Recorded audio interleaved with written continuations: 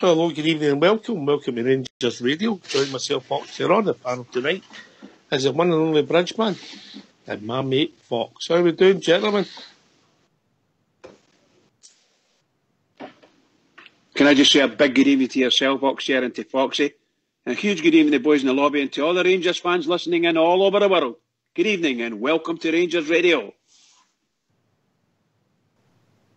How are we doing, Fox? Fine, thank you very much. How's yourselves? All right, mate. Did you get any fridge magnets at the weekend? I did not, mate. You got a lot of abuse from the fridge magnets. I think they're coming, Bridge. I think they're coming. Oh, brilliant. Brilliant. How are you, Bridge? Absolutely superb, pal. And, I got a marvellous wee gift from Skipper. All right, okay. He'd been out and seen, I think he'd been with Colin Steen and Willie Henderson. I think he got us a wee picture, a Rangers team, a photo of Ibrox, or a drawing of Ibrox. And on it was to Bridgeman for Willie Henderson. Brilliant. Very happy. Right. When you get in for Skipper, always ask for a receipt, mate. That's just a little tip for you. All right, then I'll ask Skipper about that. Just get a receipt, mate, then you're covered. Put it on it. Well, put it in the lobby right now. But well done, Skipper. Thank you very much. It was lovely. Nice gesture, mate. Nice gesture. Very nice. And very what nice a indeed. top man this Skipper is, isn't it? Oh, wonderful guy. Wonderful guy. You can't believe it's such a gentleman. He's got such an extensive charge sheet in the past, you know. Well, that's where they met each other, Berlin, mate.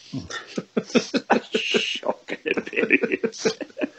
Cellmates, porridge. What a pair of shockers, user. And how are you, Fox? Enjoy the ball game, or enjoy the result, shall we say? Yeah? Enjoyed my whole day as per normal, mate. I was supposed to meet Jimmy for Knightswood earlier in the day, but he took no well, so I just travelled there to the game and had a good time, met all the boys at the usual place. Very enjoyable, and a very enjoyable wee day at the game as well. Hello, Skipper, how are you doing? Hello, fellow triangle lovers. Go on yourself, Skip. I've moved on to Fox has moved on to trombone. Oh, I gave that up. There's too much polishing involved. But I'm on here with 3 complaints tonight. So can you put me through your complaints department, please? Yes, you're through. Right. Number 1 complaint. I was given a fridge magnet on Saturday outside the stadium. Mm-hmm. Now, beautiful box. Lovely box. I got it home and I opened it. And the fridge magnet, I sent a photo to you. The fridge magnet says, I love Saltcoats. What year was it? Brilliant. I had this beautiful big presentation box. I told you my fridge magnet was the biggest because it was this big box. I couldn't wait to get home and open it. Saltcoats. Go on yourself, Skipper. You know, We'll take that. We'll move that on to the senior complaints department. I mean, I've nothing against Saltcoats personally, but your second complaint, sir. Happy memories of Saltcoats. Now, Your my second complaint, sir. Well, Cumbria and Bear and I, we still haven't received our money for switching on the Christmas lights last year. All right. I think you'll find that that's 2 years in arrears, that payment. Well, Cumbria and Bear, he handles all the money. You see, and he tells me that it gets split right down the middle and my 10% goes straight into the bank. Mm-hmm. 2 years in arrears. What's your third complaint? Move on. Third complaint. Who organised Cumbria and Bear's birthday celebration on Saturday? Tracy. See the stripogram. See, next year, can you have a lassie, please?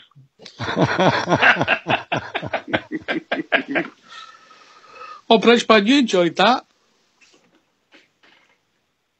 Enjoyed what? I enjoy Skipper's company, but don't get going to be involved with that. Cumbria and Bear 44, is that correct, Skipper? Sorry? Cumbria and Bear 44 on Saturday? No, that's since he retired. Oh, right, sorry. That's what it says in his login details, 44, mate. Well, that's a bus number he got home or something. There's a mistake there. I'll need to check up on that. That's meant for me. How are you, Skipper? That's terrible saying that about the boy. Oh, I had a lovely day on Saturday. Good man. Good man. Wasn't the greatest performance, but a good result, Well, I was with JWR on Saturday, and when we got the fairly early goal, we thought, well, another wee one before half-time and then one early in the second half, and that'll do us. But it just didn't work out that way, we kind of fell out the game a bit. They're not the worst side we've seen all season, big, strong side, and kept the ball reasonably well. But when I took that before the game started, clean sheet. Well, we were all sitting on the show on Friday, weren't we? We were saying we'd be quite happy if it was 1-0. We didn't care as long as we get 3 points. If we played rubbish and we won 1-0, we'd be quite happy. So I thought we were going to hold this to our word that it was going to finish up just 1-0. I'm well pleased with 3-0. Morelos, big player for us, Skipper. Sorry, big Morelos, big player for us, Yes. I still can't work out what happened there with the booking. How did that come about? Well, what did he even beat him for? He misses the Dundee game, so might be a blessing in disguise. Oh, it's worked out well for us. Mm-hmm. Some of the other teams' forums are saying it's been a conspiracy, Skip. Well, don't get me started about conspiracies. Oh. Is Cumbria Bear involved in it?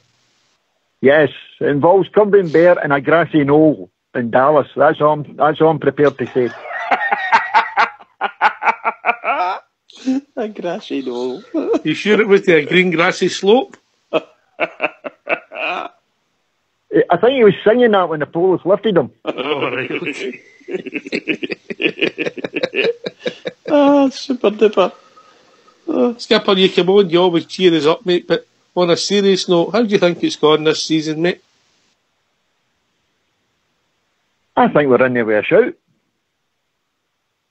I really do. I think things are settling down for us quite nicely. I mean, we always said there was going to be bumps, and you knew that some of the signings weren't going to turn out. Well, that's life, isn't it?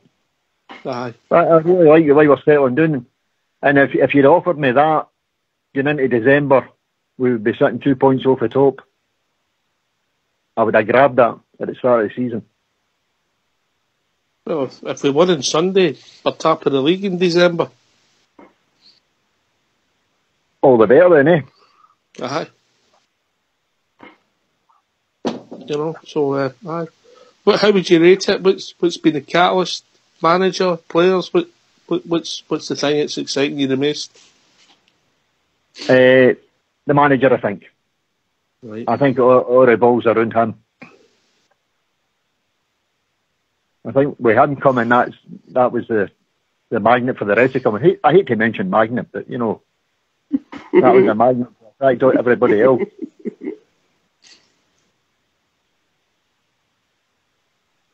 Oh, it's all right when you get a magnet. When you don't get one, it's a bit sore, mate, Well, getting one that's the wrong one isn't very funny either.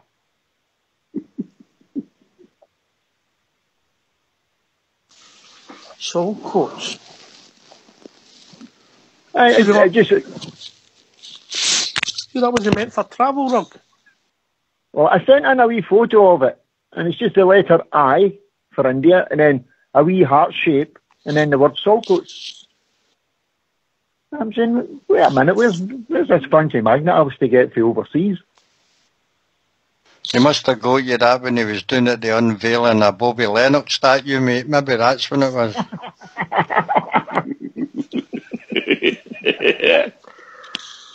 You never told us that, Bridge. I know I didn't. You kept that one quiet. Aye, absolutely. Is that signed photo for Bobby Lennox or no? Oh boy, what a shower! Well, listen, I've got to go. It's okay. I need to go away and practice this triangle. You keep up the good work, son. Right, Skipper, I'll see you tomorrow. I'll give you a phone later on, pal. Yes, I'll talk to you later. Skip, I'll speak to you tomorrow morning, pal. Okay. Yes, see you later. Cheers, pal. Cheers, mate.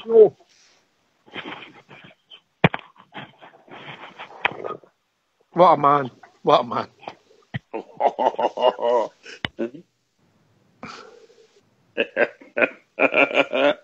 He's really good. He's really good. When they made that man, they threw the mould away. What do you think, Fox? Indeed they did. Indeed they did. Aye, they did indeed, pal. Anyway, if people want to join us, what's the number, Fox? 0141 356 1972. Or join us at Skype at rangersradio.online. We were brought into the call. What can you talk about, Bridgeman? Can talk about all things Glasgow Rangers, the famous Glasgow Rangers. Here. So, obviously, we're going to look back on Saturday's performance. Bridge, you're a 1-0 man every week. You'd have took that result. I think I said on Saturday it was a 6.5 out of 10 performance, but an 8 out of 10 result. Does that make sense? I think you wouldn't be far. You wouldn't be far away in saying that. That's a pretty good way to say it. I was sitting there and we were playing really well against that team, and to me we were bossing it. A tough team. When they got the ball, they were quite tenacious in the tackle, and there was a lot of bad tackles, but no bookings except us. So I think that I thought, to be honest, the boy Macaulay on the pitch made a massive, massive difference. I reckon if we hadn't had him on the pitch, there could have been another couple of goals in it, and one of them might have been against us, to be honest. I think we could have lost 1 or 2 goals there yesterday in Saturday quite easily, because he actually, shall we say, went out and done tackles that the fullback should have been doing, and they weren't there to do it. And even defending, they weren't there. So that's the way I saw it anyway. I thought that he had a fantastic game, very close to being, for me, man of the match, very close to it. I don't know who eventually got man of the match. Could you tell us? Ryan Jack get it. Well, there you go. I thought he'd have a good game as well. And for the short time that he was on the park, or the wee half an hour, 25 minutes he was on, I thought Morelos was due a bit of, shall we say, recognition, because I thought he was absolutely brilliant when he came on the park. He held that ball up. He made things happen. He scored a goal, set up another. Well, what can you ask for somebody to come on and do that? He made a big difference when he came on. But we gave the ball away an awful lot, particularly in midfield. We stopped fighting. That's the way I see it anyway. I don't know whether you're going to go through the team ox here one by one. I don't want to take away any of your... No, whatever you want, mate. But how I saw it, we started okay. We weren't great. Huffing and puffing, a few half chances. Better team. They always looked quite comfortable going forward as well. And I can't remember when they had the effort. Was it before we scored? I think it was. It was before we scored, It was very near the start of the game. It wasn't that far into the game. The boy hit the outside of the post. And we got into life a wee bit after that, and we looked as if we were going to score, but nothing spectacular. And we got the goal. Unlikely goal, Fox. Candias wouldn't be one you put down for getting a header in the 6-yard box, would he? Oh, he wouldn't know. And no only that, he was... You're Bridgeman, he's Fox. Oh, sorry, buddy, sorry. Right. You're the good-looking one, remember that, Bridge? I know. No, he was the last person I was expecting to win a header in the box. Usually does he no hang back outside the box, usually for a breakaway, or he covers along with tabs sometimes, I think, in case they break away, But he took his header well, mate. Great ball, and Middleton's delivery into the box for set pieces is very, very good. And a terrific delivery, good header, 1-0 up. I said on Friday, I thought we'd maybe go and draw in at half time and win the game later on. But I think Livingston surprised me. I didn't think they were as bad as they were. Well, although they beat us away from home the last time, I thought at the start of the second half, they started to come forward a wee bit and played some nice football. And you can see why they'd only lost 6 goals in the league, I think it is, this season.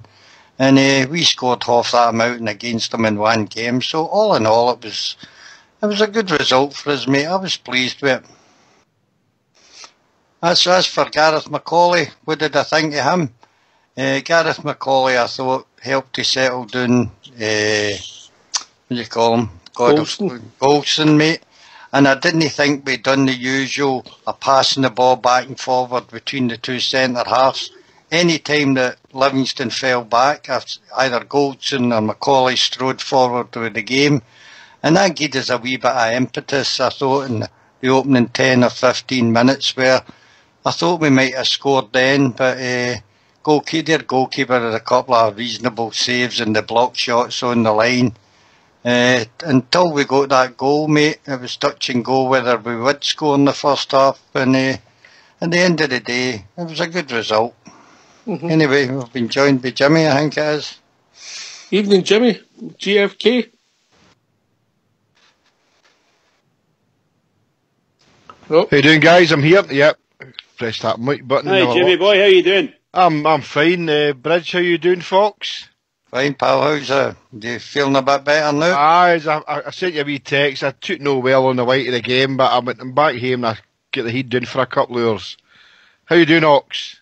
Not bad, mate. I hope you're feeling better, mate. I don't know what it was. I don't know if it was lack of drink or too much, or I don't know. Lack of. I think so, pal. Good. I went home in a couple of hours, Kip, and I woke up at 10 to 2, and I rushed to my favourite place apart from my home, which is Ibrox, and I got there in time, just about 10 minutes before kick-off, so I was there. Sorry to let you down there, Fox. I know I arranged to meet you, pal, but it was I just don't know what happened there. I took a wee dizzy. Usually get them after wife. Anyway. You're well used to them then. Fox is your dizzy expert. You're well used to them, Jimmy. Aye, well,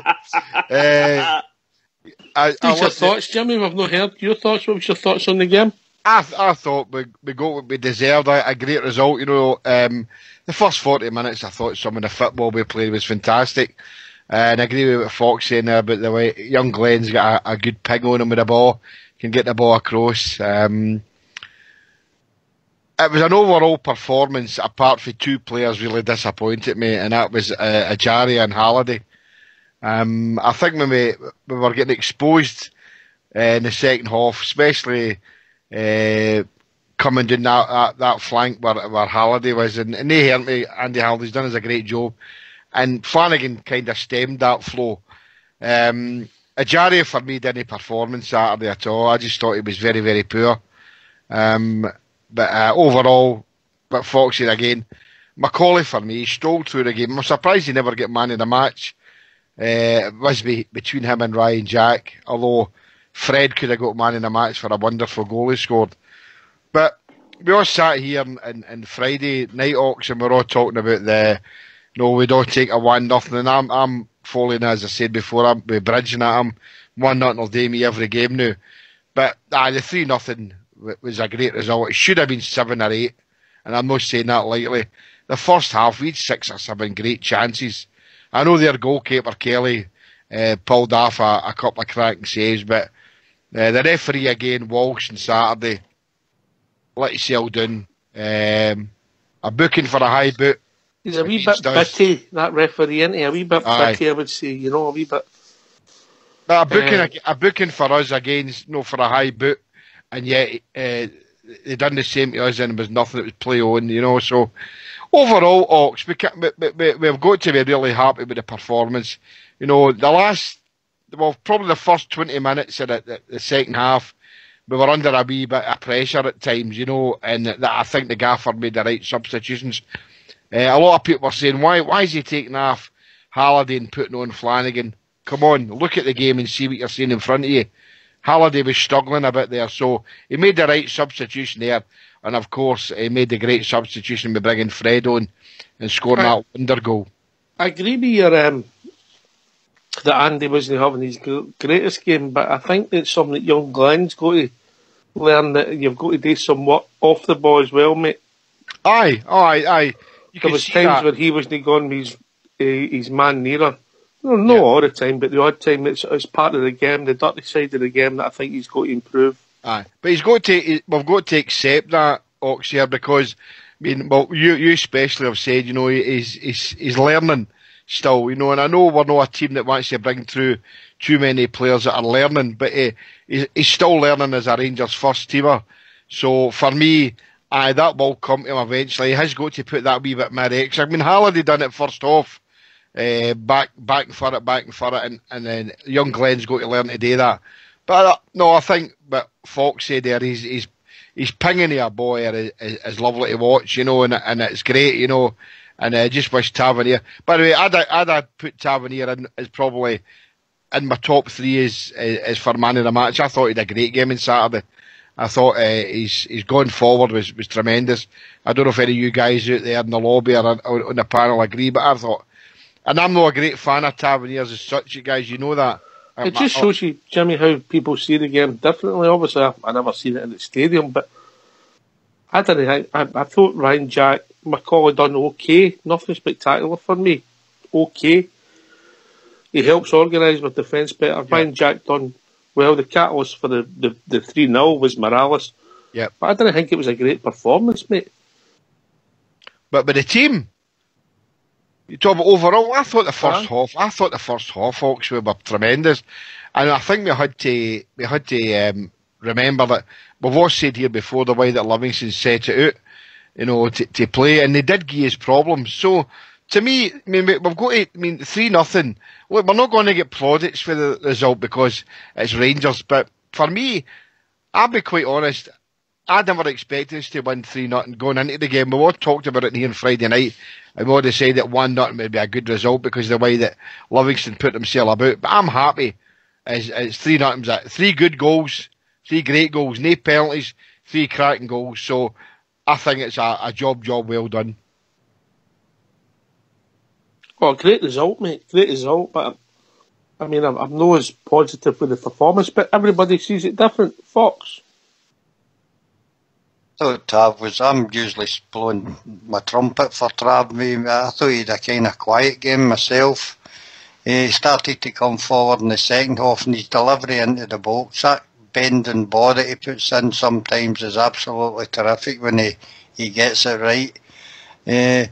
As for MDL, I thought the midfield 3 struggled because Livy put the ball at the top of them all the time. And when we came forward, they had that 5-man midfield, and we had Middleton wide and Candias wide, so they had a hard job. They played like a kind of narrow 5, mate, across that middle, and it was hard for Middleton and hard for Candias at times, especially at the start of the second half. I thought we struggled for about 15 minutes, 20 minutes, where Livingston actually surprised me when they started to come forward and try and get it back into the game. So they played some no bad one-touch football during that as well.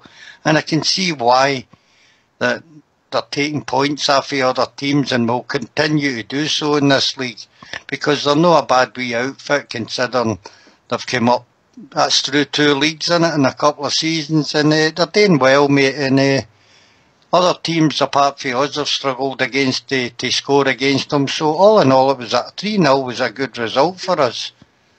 I think they'd only lost 9 goals up until Saturday in the whole season, Bridge, in the league.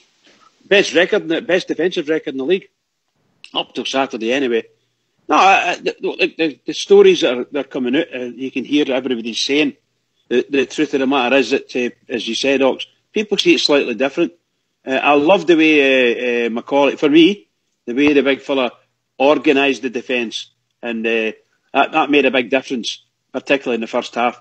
But Jimmy's right in the second half. In fact, Fox is right. They stepped up, came out in the second half, and they stepped up. They stepped up 5 yards, and that threw our midfield out completely because they were just surrounded by Livy players. I mean, the 3 guys were just surrounded by them, and when they didn't push it over the top out to the sort of wider areas, they were passing it through them, and they were passing it through him with a lot of skill and pace. And before you know it, Ageria was getting, shall we say, passed by. They were passing him by. And it was just, sometimes it looked as if we didn't know what to do, and our defence were, shall we say, holding off from tackling them.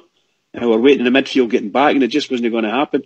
But I think, to be honest, I thought the better team won, but just won and no more, in my opinion. I know we scored 3 goals, and Jimmy's right to a certain extent. We could have been going by chances. It could have been a lot more than that, and probably should have been. But in the second half, I thought that team bossed us for big chunks of the second half. And before Morelos scored his first goal, we were kind of hanging on at patches, to be honest, because they looked dangerous, particularly down against Andy Halliday. They were 3 up on him, and they were pushing past them. And that was giving them when Andy made the tackle, they were getting the throw-ins, the long throw-ins, which is their speciality, and their free kicks they were getting anyway. And I thought it was just that our defence held out very, very well, including the goalkeeper, may I say. Jimmy, do you want to come back in, mate? It's all about opinions, mate. Aye, no, a lot about Bridging Fox's saying there is right, and it is all about opinions, Ox. We all see the game differently wherever we're sitting, etc., etc. And I mean, they were in tap, as I said that at the start there. I mean, they were coming into the game more and more. The first 15 minutes of the second half, we were really, really under pressure, under severe pressure, and it looked at it, they could score. But the gaffer sorted that out. And I disagree to the point. I think some people say that 3-0 flattered us. 3-0 for me didn't flatter us. But we knew there we done the job we had today, and that was beat Livingston. And I think we done it convincingly, and it could have been more convincing. I mean, Ajaria for me was a lost man, and I just thought, you're no doing what you showed us the last couple of weeks. Go and help the attack. Lafferty for me didn't do yourself any favours. He done a lot of running about, and he had a couple of wee half chances. Ball when they stick for him. No, when they stick for him, he had a couple of wee half chances now, and he done his usual tracking back, as he's always done, and helped the defence out. But I don't see him being a big part of what we've got going forward, depending on what happens in January. Although I'd love to see him stay there. But I've always said we still need another striker, who that might be, to complement the 2 that we've already got. But I'm happy with the result. I know we've always got to be happy because of the Gers win Ox year, but I think the performance for me was more than adequate for what I think we know that Livingston bring to Ibrox, and that is hard football. Some of the football that they play is hard, and they get away with some tackles.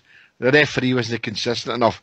But I've not got any complaints with the referee, apart from the fact is that the high ball, the boy was leaning down, it was really in front of where we were, and he's leaning down to header the ball, and the referee gives a free kick in the booking, and the same happened 20 minutes later, and he gives nothing. So consistency there has got to be sorted. But again, all about opinions, Ox. We won the game. We're looking forward to Sunday now. The spoon burners, the puddle drinkers now are playing the Shaggers on Sunday, and we can beat Hearts on Saturday and go top of the league. Nene's here would think that. Well, top of the league in December, mate. Top of the league, of course we will be. Thursday will take care of itself, Ox. Yeah, we've always said here it's a bonus. In some quarters they're not giving us a chance on Thursday, but we'll take it as it comes. But to me, next Saturday, 12:30, the Hearts, beat them, we're top of the league on our own, and that's going to be phenomenal for me. Jimmy, can I just ask you, what did you put in the boys have put that in the lobby there, wee gif of the Morelos goal. I think that goal was an absolutely outstanding goal. Absolutely outstanding. Of course it was, yeah. 2 touches, 3 touches, and smashed it in the net, and he's left 2 Livingston players on the deck. Yep. And that's no counting the goalkeeper. Wonderful goal. Wonderful. I mean, it's a worldly goal. It's a world-class goal. No doubt about it, not just because he's a Rangers player. It was a phenomenal goal, Bridge. You're right, 100%, mate. Beautiful, the way he brought the ball, 2 touches in the back, and he really, really wellied the ball. Yeah, fantastic. And no, Arfield's goal was a great goal. Oh, wow. Once again, a lovely pass from Morelos. A lovely pass from Morelos. Definitely. So 3 great goals. We've got to be positive. No negatives out it for me apart from the referee. I was a bit disappointed on Ejaria. I can see why he substituted Andy Halliday, because he was getting a roasting down there. So he brought Flanagan on as a like for like. Some people couldn't see that, but I could see it, and I think most of you guys here could see it. So it was a good tactical substitution for me. He was trying to bridge. He was trying to close that gap, trying to close them coming up that flank, and Flanagan for me, he did do it today. So happy. Can I ask another question, guys? Did you not see that Andy Halliday was down for quite a wee while? He was down for about 3 minutes, injured. I don't know whether he got trampled on or he just pulled something. And then, of course, Flanagan came on. Was it his elbow, was it? Yeah. Oh, he got an elbow. Somebody elbowed him. A guy stuck the elbow on him, aye. I never saw it. Aye, stuck the elbow on him. And that was the same as Fred. You know, Fred's running back, Rangers attack, the ball's broken up, put up apart, and that Ayres had a wee bang into him, and Fred had a wee reaction to it and they get booked, you know. The ironic thing is, some were applauding Fred's booking and some were shouting and bawling, you know. Me, I just quietly stood and gave it a wee applause because it's only Dundee game he's going to miss. I know a lot of guys here saying that he's going to miss another Rangers game, but for me, as long as he's there for the bigger games, I think he's coming on his own now. We've all criticised him in the past, but I'm alright with his booking. I know what I've criticised him before about his impetuous and that, and his petulance, but nah, I'll give him that one. I haven't seen. I mean, seriously, I don't know. Somehow or other, I just don't remember seeing. I remember standing there, and when all of a sudden he's walking away from the referee, showing a bit of petulance, and he's getting booked again. And I just couldn't believe it. I was actually dumbfounded because I thought he'd stop doing that. Let's put it that way. No, well, Fred's running. Rangers have attacked Bridge, and Fred's running away. Alfredo's running away to go back into his own half or at the centre circle anyway. The guy gubbed him. No, he didn't gub him. He barged into him. The guy Lawson barged into him, and Fred went down. But he went down on his hands and knees, and obviously he said something. And I think there's been an alert for the linesman, and we're what's happening? So we all thought that it was going to book the guy Lawson, but it turns out he did eventually get booked. But it turns out that when Fred walked away, he didn't want the referee. But the referee was petty. I mean, come on, they're all adults, and there's some referees wag the finger and that, come and speak to me. For goodness sake, play the game here. And Fred waved in the horns about and they get booked. So I've not got any. I don't have a problem with it, only for the fact is he's only going to miss the Dundee game. We all spoke about it, especially Fox spoke about it. Would we take that booking? We've got the booking now, and it's gone. Only misses the Dundee game, but we've got a lot of bigger games than that to play. I know every game's big, guys, but I think we can more than handle at Dundee. Well, if you look at form this new Fox, Dundee is the one you'd want to be missing it. Aye, but you shouldn't be missing games at all, mate. Look, these referees, he gets done for dissent all the time as well. The guy doesn't speak English. Do these referees not take that into account? Surely there must be a way that they can give him a wee bit of leeway in games when they're talking to him, mate, because he doesn't understand. Daniel Candeias, he's like his translator when he's doing anything for Rangers TV. The boy can't speak much English, and for the referee to remonstrate to him, it must just sound like a load of gibberish to him. Candeias should maybe move over instead of Taverner and go and speak to the ref and say, what is it you want me to translate to him? What is he doing wrong? Because it's definitely a language barrier then. And is there any other striker in our league that gets the abuse that Alfredo Morelos gets, mate?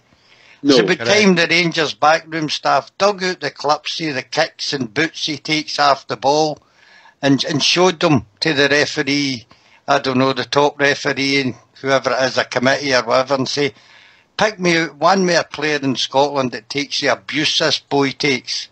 Because if it's No, just individual players. I think the team managers are telling players to target them. That is all wrong, mate. It's supposed to be does Edward at Celtic get the abuse that Morelos gets? The answer is no, because you just need to get this kicks in the back of the legs or the elbows or everything else. Something needs to be done about it, and it's up to Rangers to sort it out for the boy.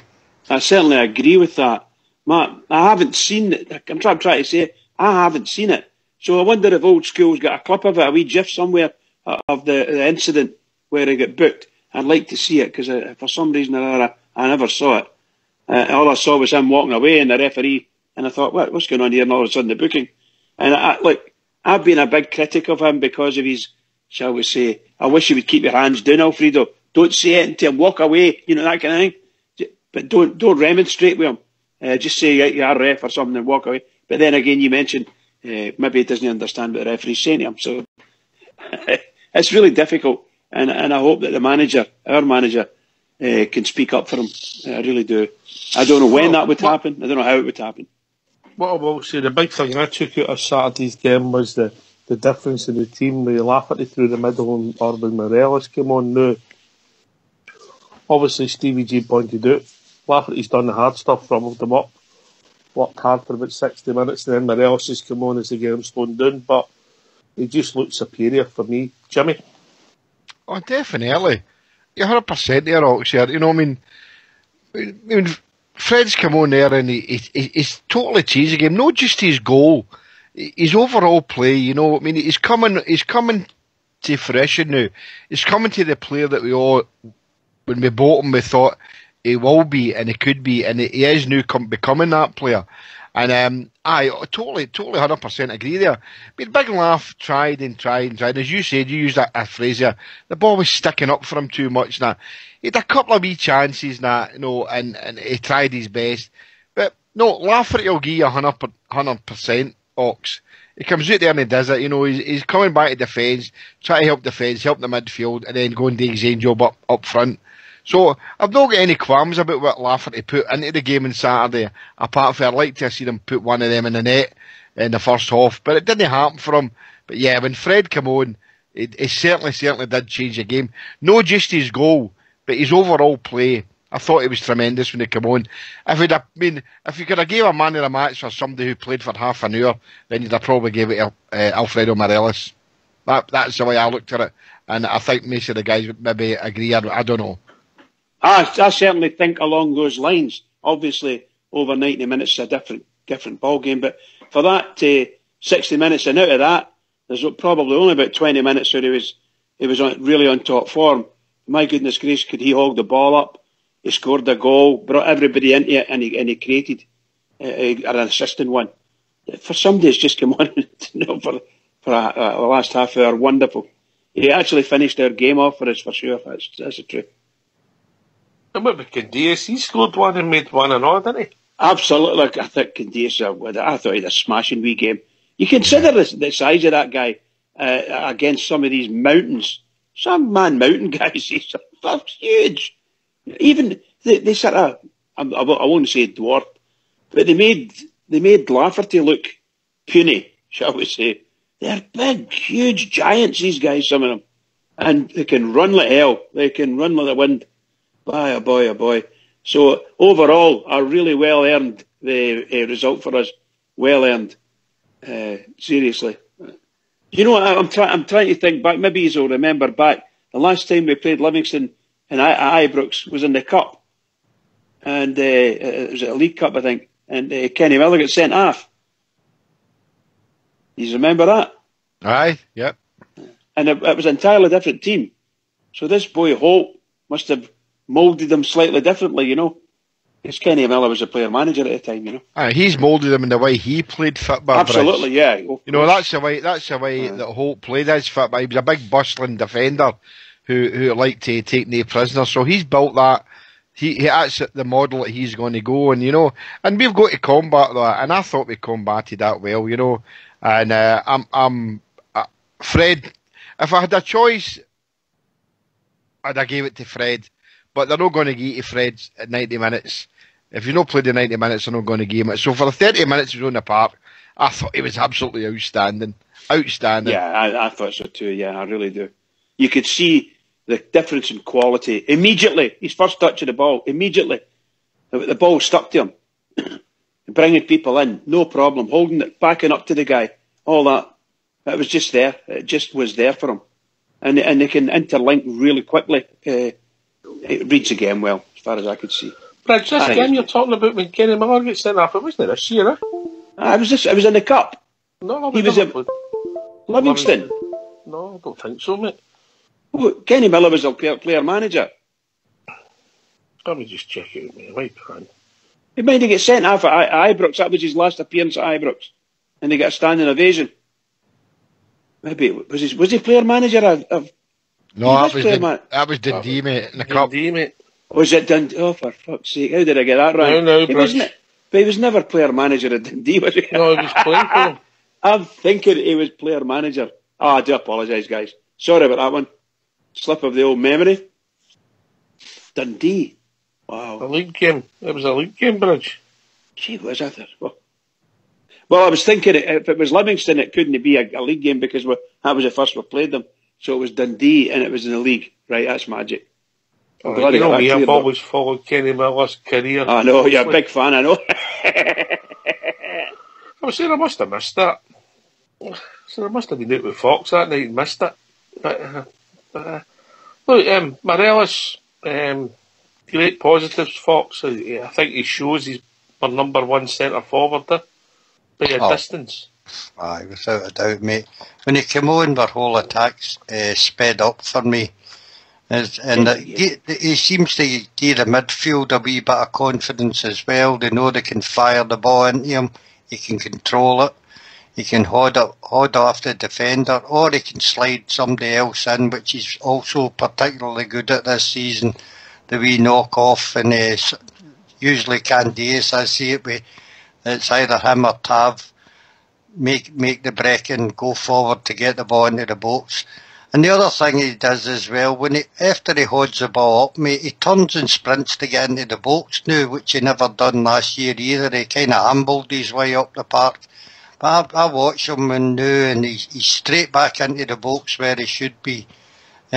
He's getting better and better, and I think the fear of the Tims, who keep trying to run him down, mate, shows the sign that he's a good player. I was listening to a bit of Clyde from my folks tonight, and 3 times Celtic supporters came on saying how bad they thought he was. They fear him, mate. And I think he'll score at the end of the month against them. Oh, I hope you're right. What were they saying, Foxy? I bet you they were saying something like, he's not worth anything. We've got a guy there that's worth £9 million or worse to that effect. Couldn't lace his boots. Wouldn't he get into your team? Couldn't he get into your reserves? What's that? I take it you were listening then? No, I wasn't. No, I just know that. That's kind of thing I'll say. It was him that phoned in. It'll be something like that. We'll do well to hold on to Alfredo in the summer, mate, because there must be a lot of teams watching him, especially in Europe. He's doing the same sort of things to teams that we were expected to struggle against, and he's already had an award as the best forward, didn't he, in the Europa League when he's played.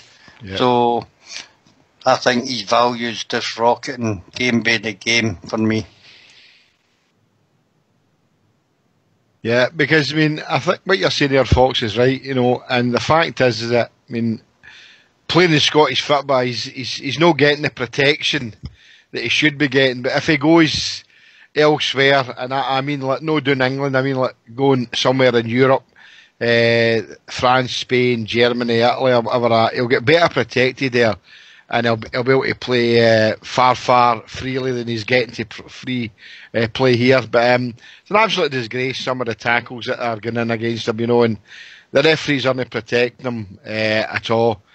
And I 100% agree there that the managers are going out there and saying, no, and look, go out there and hit him hard and make him do what we want him to do, and the fact is it loses temper.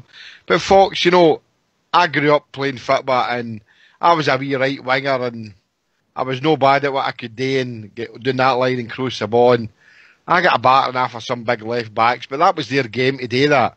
Take me out the game before I go to the right wing and cross the ball here. So, in that aspect, I don't have a problem, but I do have a problem with some of the bookings that he's getting. And sometimes he does bring it on himself, and I know that. But I've found some of your old school photographs of you playing football. I've got them. I'll need to get them to you, mate. You better know. No, I'm not having a Peters. having a go at you, Jimmy. See that thing, mate. It's a modern game now where tackles to the back and all that are banned, isn't they? Aye. And it's like blaming the wife when the guy beats her up for me. Of course. You know, that's what it's like. He gets abuse all the time. Yep. And it is definitely planned abuse. As I say, I don't see any other striker in Scottish football taking the assaults that he gets on him off the ball. I don't see it at all. It's only him. Well, that's what I'm agreeing with you, folks. You know, there is assault. But what I'm saying is I don't have a problem with a defender having a go and having a good tackle.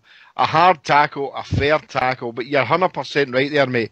Some of the tackles he's getting, the nips off the ball, behind the ball, you know, coming through him, you know, and when Fred does it, he's no getting a run of the green, the rub of the green. So, that aspect I do agree with. But at the same time, he's got to learn to take the tackle. Sometimes, I mean, he's the most unhappy player I've seen till he scores a goal.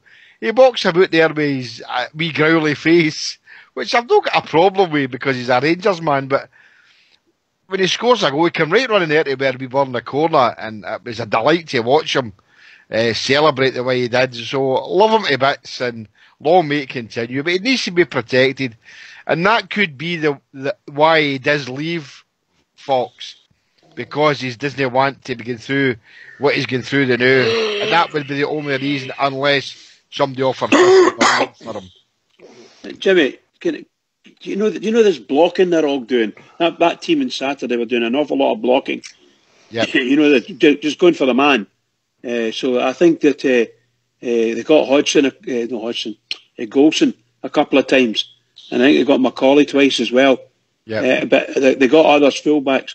It's just they just know they're watching him. They're watching the player who's gauging the flight of the ball, and he's just got ready to jump for the ball, and the guy batters straight into him, and that's just wrong. In anybody's language, that's just wrong. You'd have to be Guy Robinson. Anyway, can I cut across these? We've been joined by Big Ulster, who's seen 3 goals. Okay. I think the last time, it's been 4 years since he's seen 3 goals. Since he's seen any goals. Aye. Evening, Ulster. Evening, everybody.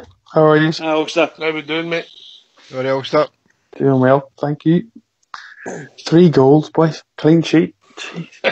Change times. and counting beef in the cup. Oh, God. We're in the bar afterwards, and we're all talking about us in the club, like, and we're like, the draw, we'll watch the draw, and we'll maybe take an away trip for a laugh, and Cowden beef, everybody's like, no, we're not going back. Great wee club in Cowden Beef. Cheap drink. Yep. Cheap drink's always good, Ulster. Yep.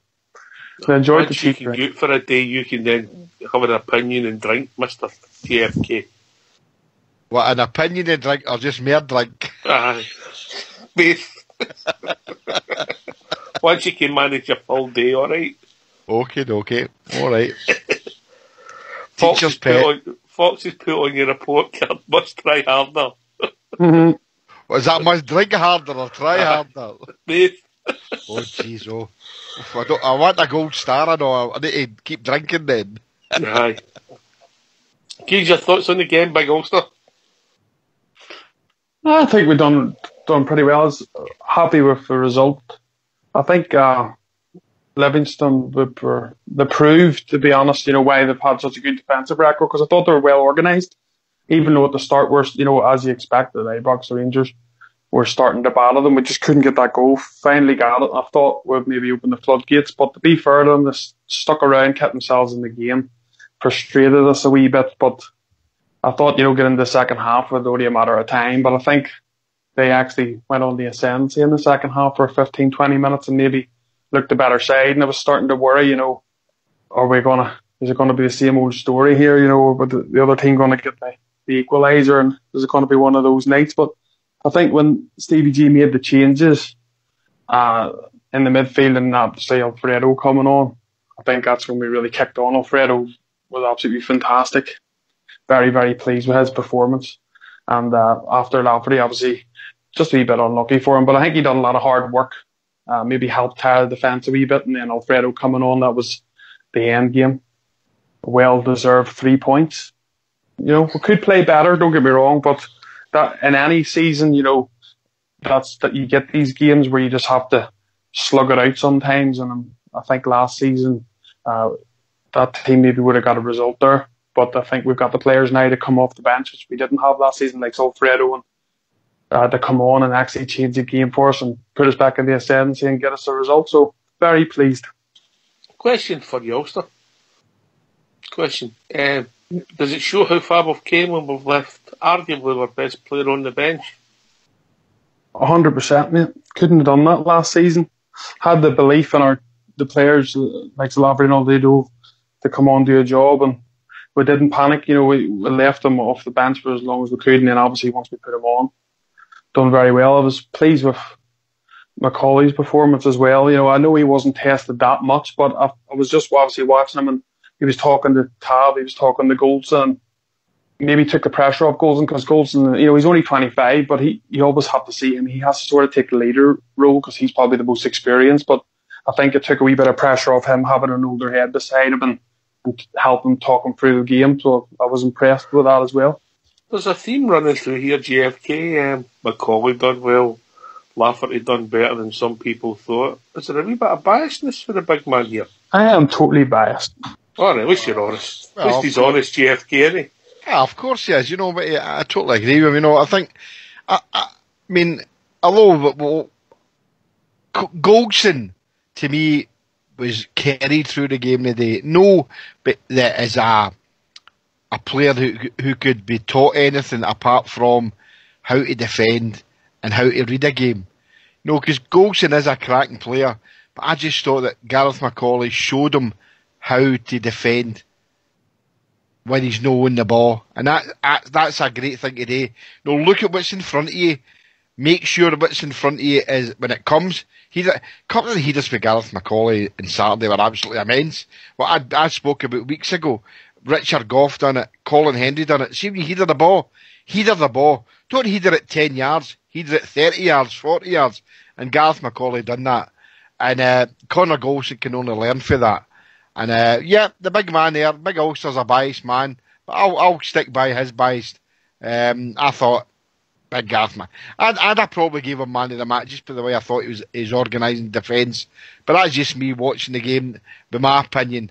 But between him and probably, I know Fox said Tavernier, he thought he had a quiet game. I thought he's running up the right was brilliant to watch, So Ulster's biased, but I'll stand by that. What about yourself, Fox? Then Bridge. Big Ulster will be worse if Stephen Davis comes in, mate. We'll never get him off. Much worse. He's not been the same since Lee Hodgson left. Bridgeman? That was disappointing. Not that he left, just how he played. I've got to say hats off to Big Ulster. He's been wanting Macaulay across for quite a while. He's sung his praises. Well done, pal. He was absolutely outstanding. Telling everybody what to do. Look, we were under pressure some parts of that game, but he still came through. Shining light for me. And as Jimmy said there, he helped Golson out tremendously. Because I thought Golson, in the last number of games that he played, was slightly nervous. And that might be down to the pains he was getting in his chest. So a bit of an illness there. And maybe a wee bit panic in the breeze tape, if you follow what I mean. But he helped them. I think just awesome. Just an awesome performance. And you could have gave him man of the match. Being a centre half, that's what I would like to have done. However, I recognise greatly the contribution that Morelos made in the 30 minutes he was on. Absolutely outstanding for me. Outstanding. And Ryan Jack's I think he's a great defensive mid. took the ball, strode forward with it, held the ball, created chances, ran in. A couple of times he was in the box trying to do things in the box. Although I don't quite like him being in the box, I think Arfield's a better in the box person than him. I didn't think Big Macaulay was outstanding, but what I thought he was, I thought he was a rock. Look, and where I think he'll help Goldson is, look, Goldson makes a mistake early, it kind of looks as though it preys on his mind. And it's a mentality thing, mate, where you just go back to the basics till you get your confidence again, get it together in the next 10 minutes. Yeah. And that's the sort of thing.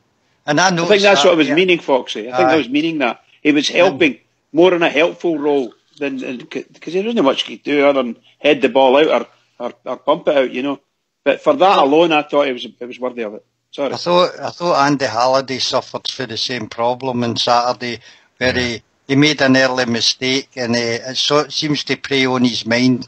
And I was taught when I was playing football, that's what you need to do. Get out of your mind, go back to the basics, and then get your confidence together. And Andy kind of had a couple of times he lost the ball early in the game, and after that, I think he was aware he was making mistakes, and he reverted back to the passing the ball back all the time, which slows down us going forward at times. And you just need to get it out your head and try and sort it out in the training, the mistakes you're making, 100%. I think you'll probably see in some of the sort of replays when you see them, if you could see the way Andy Halliday was trying to make the pass, and a lot of times it was just getting cut out. So people were reading his pass. They made it look bad for him, of course, by getting to the ball. But invariably, when someone's reading your game, it shows you're a wee bit, maybe 2 yards, maybe a yard or 2 yards different in thought process, So it makes a huge difference. And obviously we've said this before about Andy Halliday's a bear, and he'll play all night for you all day, and he'll make tackles where he should, maybe he doesn't need to, but he does them. And he was caught out a number of times for pace on Saturday. And again, but it looked terrible passes by him. Sometimes were going straight at the park, but a lot of the times it was getting cut out, He didn't start the game very well. I think it was in the first few minutes he let the ball run out the park. Absolutely. In the main stand side, pretty much in front of your good self, Fox. But I could never fault his effort. But Jimmy, he lacks a wee bit of pace, Andy, and sometimes it can be shown up. But I mean, he's come on as a player since the gaffer came. He's going to play to the best of his ability, and we know what Andy's ability isn't fantastic. He'll give his all, and it's no. I watched him there, and I thought you're getting roasted every time. You could see it. He was all right when we were going forward. The team had a good bit of momentum, but that's why the gaffer brought on Flanagan, because he was getting roasted on that side of Oxfordshire, and that could have caused us a lot of problems late on into the game. And and I'm not going to decry him, because I think he's still got a place in the Rangers squad, and I think he'll contribute well for us the rest of the season. And we don't know what will happen for next season, but he is kind of, you look at him at times and he's a wee bit Clydesdale horse type, you think, oh, he's not going to get there. But he tries, and you can't diss a trier. So he did his best on Saturday. It wasn't there for him, and the gaffer made the substitution. Albeit it was Flanagan, who I'm not a fan of, but he did stem that flow down that flank, and it got us to go into the momentum that we needed. But I agree with you there. He's no the fastest of players. Some of his tackling at times can be a wee bit, he kind of impetuous. He goes in, but try to run back for a ball at times. You're wondering to get that ball out, but he's no. For me, we'll stick by him. Squad player Andy Halliday. No get any problems with him at the moment, but he needs to help his game a wee bit.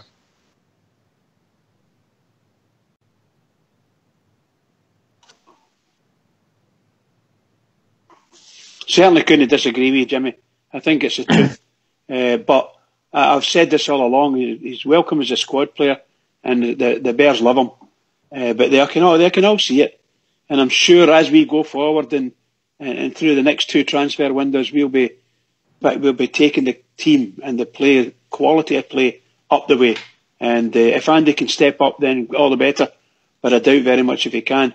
I think he's at a good level now, and he might be a squad player for Rangers for the next few seasons, that's for sure. Yeah, definitely. Anyway, lads, I think we've reached that time of the evening, have we? You have. Creeped up. We could do it live. Jimmy on the drums, Ulster on. I could take the triangle, Athley, and you could go on the flute just for a change, Ulster. I can't throw a stick. I can't throw a stick and play the drums at the same time, pal. I'm sure I think I've seen you doing that once. I must have been on something that day. Or you were. Not me, not me. Get the tunes on. Get the tunes. Get on mute. Let's have a tune for our Fox.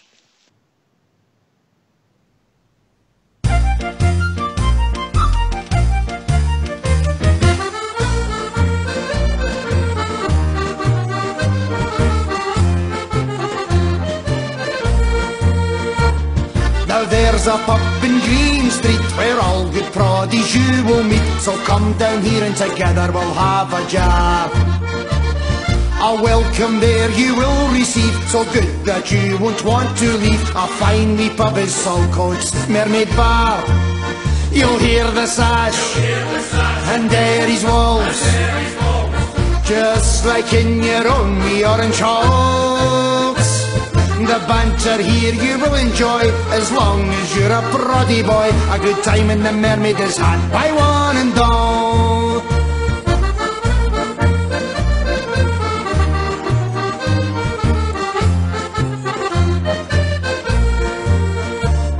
We all support the Queen and Crown. The prices here are the best in town, and the bar staff, they are one terrific crew. Everyone laughing, full of cheer. It's one tremendous atmosphere, singing to support the red, white and blue. You'll hear the sash, and Derry's walls, just like in your own wee orange halls. The banter here you will enjoy, as long as you're a proddy boy. A good time in the Mermaid is had by one and all.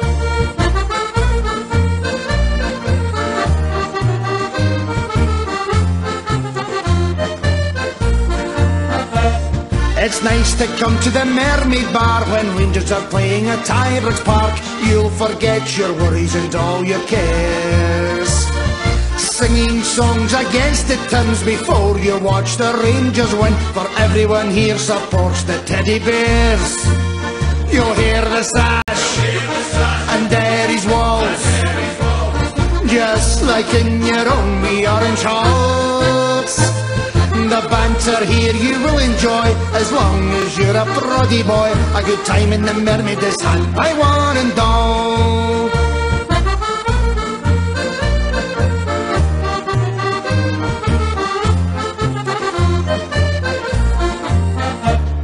If you are up from Belfast town, Tyrone, Fermanagh or County Down, Armagh, Antrim or London, Derry shores, the Mermaid is the place for you, so come and have a drink or two. Next time in Saltcoats you'll want to come back for more.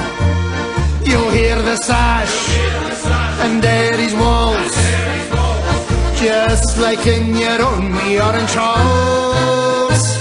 The banter here you will enjoy, as long as you're a proddy boy. A good time in the Mermaid is had by one and all.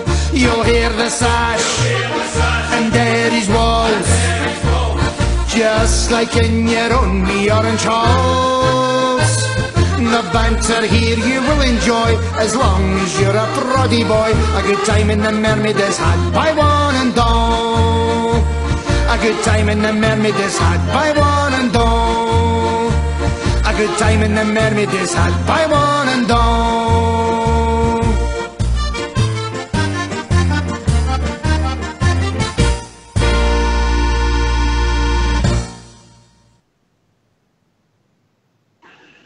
A good time was had and all. Oh, yeah, darling. You'll hear the sash, Well, that one and Derry's walls, just like in your own wee orange halls. Throwing a stick about here now, come on, nearly there. You'll never have a word with Al Mac. What's your hair? I think he started dancing too early in Bridge. He must have started that about 4 o'clock in the afternoon. I'll tell you what, it's been designed for 3 days, that one. Brilliant. Well done, Almac. Yeah. Well done.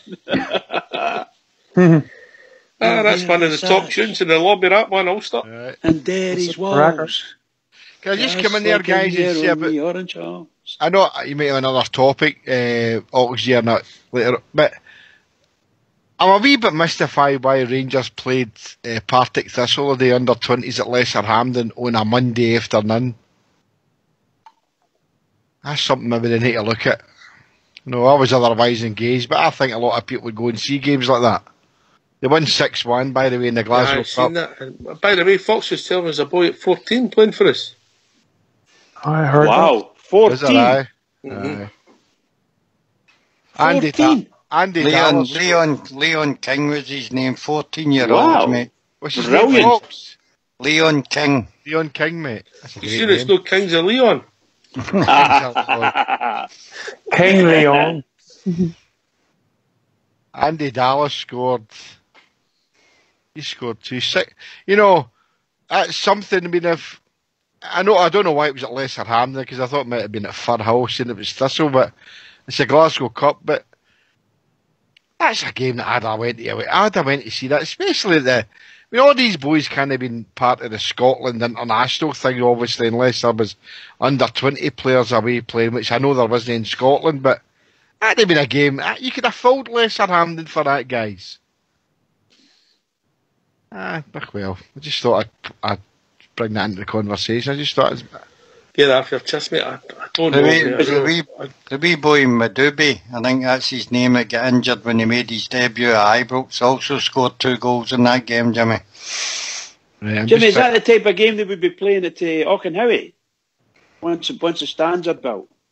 It probably would be, aye, but I would say that there's probably better access at Lesser Hampden than there is at Auchenhowie. I know Auchenhowie at Hummel Training Centre.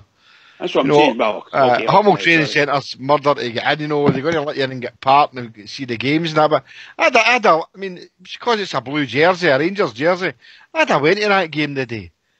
I think that's what they're building it stands for.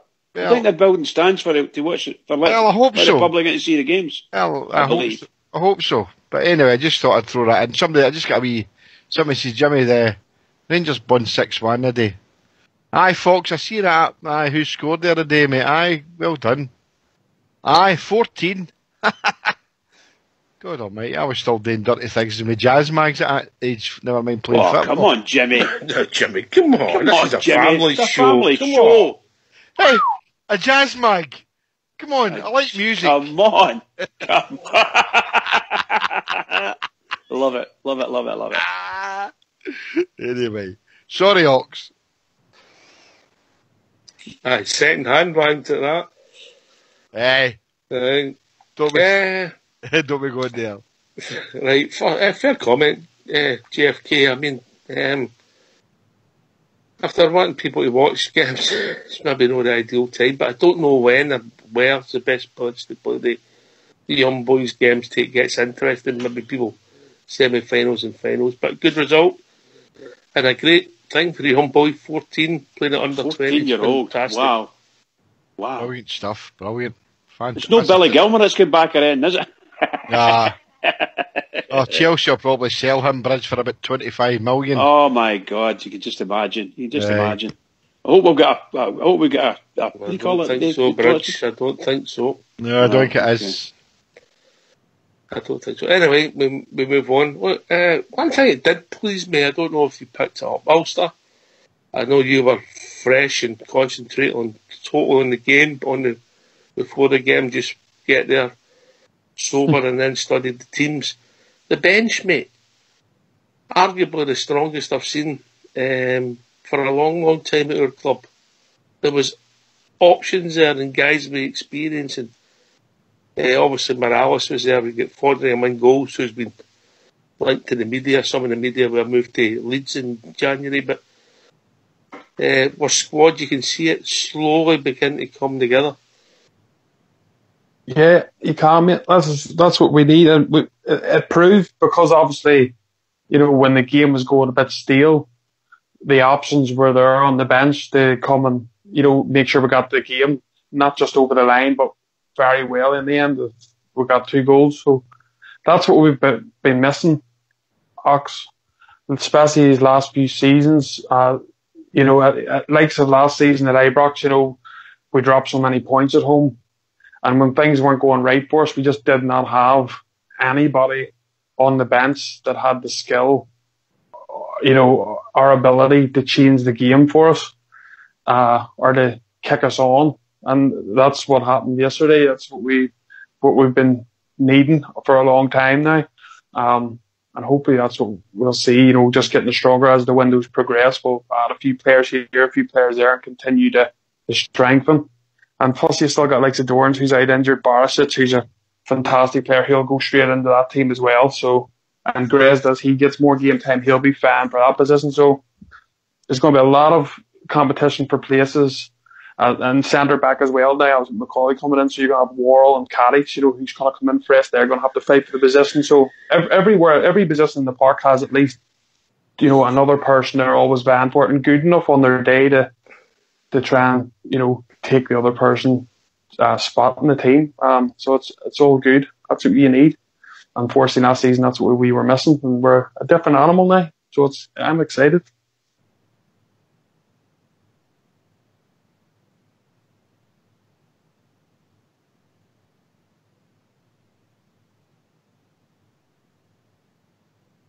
If people want to join us, what's the number, Fox? Here's a comment on the squad.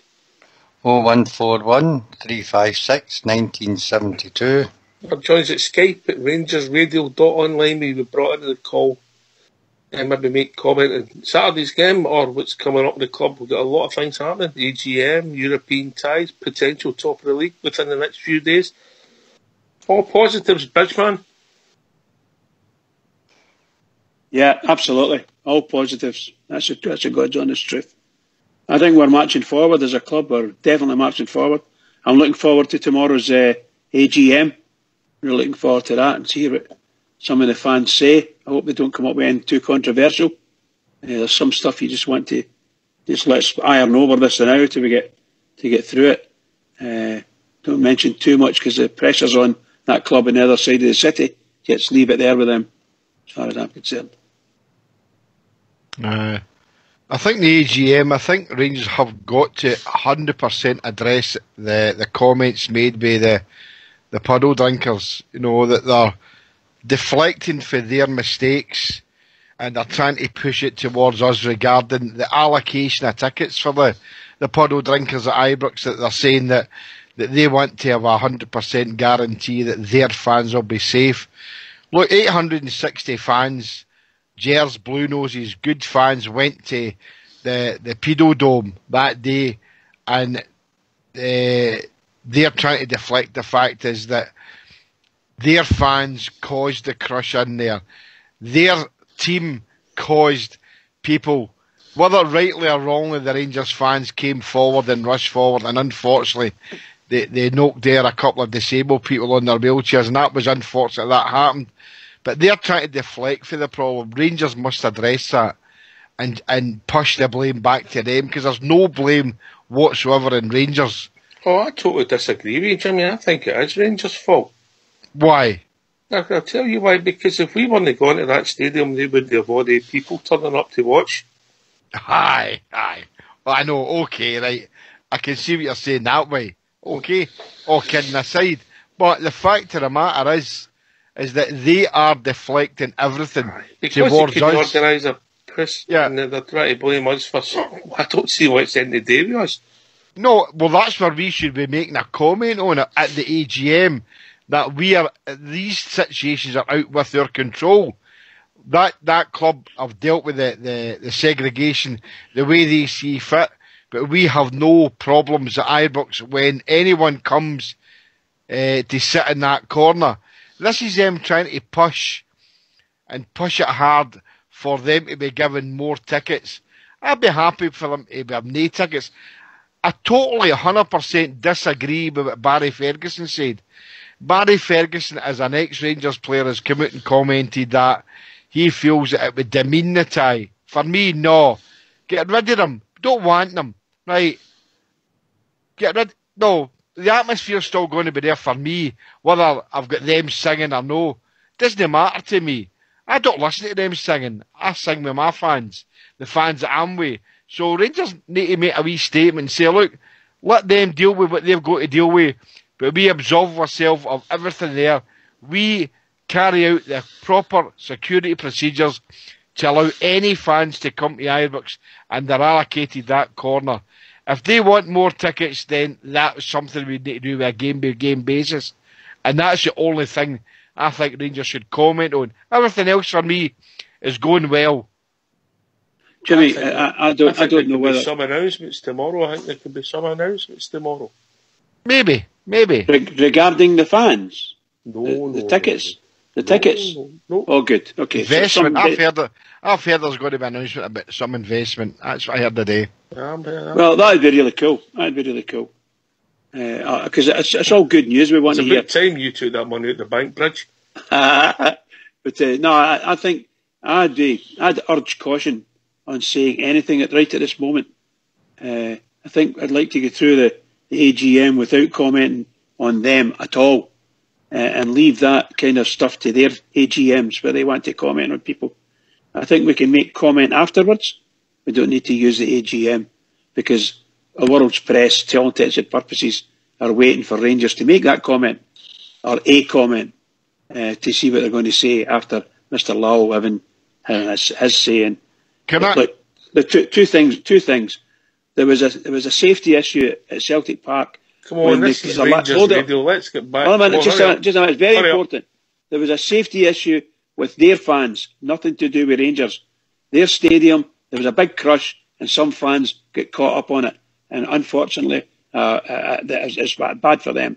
The other issue about the Rangers fans charging down were 100% due to the Celtic players taunting the Rangers fans. Simple as that. I think a lot of positivity will come out of the AGM tomorrow. I heard the day that there might be a chance of some major investment coming. I hope so. And they're really pleased, obviously, with Stevie Gerrard and his back team are doing there. So I think that there'll be a lot of good questions asked. Financially, we're up and down, I suppose, but I'm looking forward to listening to it. I mean, in years gone by, I was a shareholder myself, and I'm no longer that, and I lost all my shares. I'm looking forward to seeing. I don't know if it's going to be actually be able to view it live, guys. You know that. Sometimes you used to get something on Periscope or YouTube or something. I don't know if it's going to go, but I'd like to watch it live and see if maybe something's going to happen. The more that might entice us to invest more money in the new share issue that I think is going to be announced tomorrow as well. Another share issue, did you say? I think there will be another share issue. I'm sure it'll be on Twitter live, mate. I'm sure it'll be on Twitter live. I would hope so. I think there'll be another share issue announced for the start of next season. Rangers need major finances, we know that. Yeah, I think we were saying that earlier on in the year, that the probability is it would be in February, March time. It would be an actual share issue. Yeah. How they get there, I don't know. Because I don't know whether they've got, shall we say, more problems with Mr. Ashley and company. But we don't know. We're not being told then. We might get told something tomorrow. Nah. We might be gagged about talking about that, but we'll see. It could be. But it's not be the first time, would it?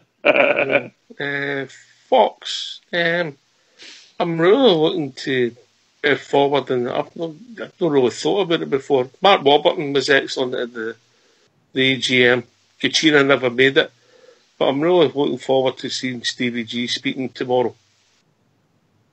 All you'll talk about is the football side, mate. That's all he gets to speak about, and I'll be looking forward to hear his comments and how he probably hopes that the football side goes forward.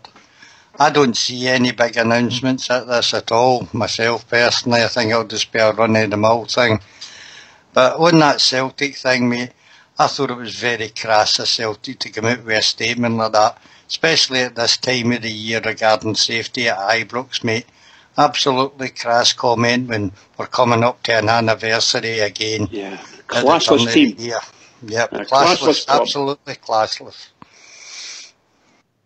There is no safety concerns at Ibrox, mate. None at all.